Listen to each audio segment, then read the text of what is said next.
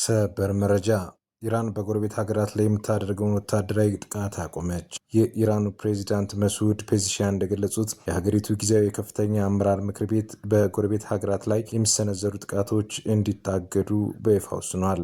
ይሁን እንጂ ይህ የጥቃት ማቆም ውሳኔ ቅድመ ሁኔታ የተቀመጠለት መሆኑን ፕሬዚዳንቱ አብራርተዋል። እንደ ፔዜሽኪያን ማብራሪያ የኢራን ጦር ጥቃቱን የሚያቆመው በእነዚህ ጎረቤት ሀገራት በኩል በኢራን ላይ ምንም አይነት ጥቃት ካልተሰነዘረ ብቻ ነው። በኢራን ላይ የሚሰነዘር ማንኛውም ጥቃት መነሻውን ጎረቤት ሀገር ካደረገ ግን ኢራን የአጸፋ እርምጃ ከመውሰድ ወደ ኋላ እንደማትል ፕሬዚዳንቱ አስጠንቅቀዋል። ይህ የቴህራን ውሳኔ የተሰማው በመካከለኛው ምስራቅ ያለው ውጥረት በከፍተኛ ደረጃ በጨመረበትና የአሜሪካ ግዙፍ የጦር መርከቦች በቀይ ባህርና በአረቢያ ባህር በኩል ስምሪት በጀመሩበት ወቅት መሆኑ ጉዳዩን አነጋጋሪ አድርጎታል። የፖለቲካ ተንታኞች እንደሚሉት የኢራን ውሳኔ ጎረቤት ሀገራት ግዛታቸውን ለውጭ ኃይሎች ጥቃት እንዳይፈቅዱ ለማሳሰብና ቀጣይ የግጭት እንቅስቃሴዎችን ለመቀየር ያለመ ነው።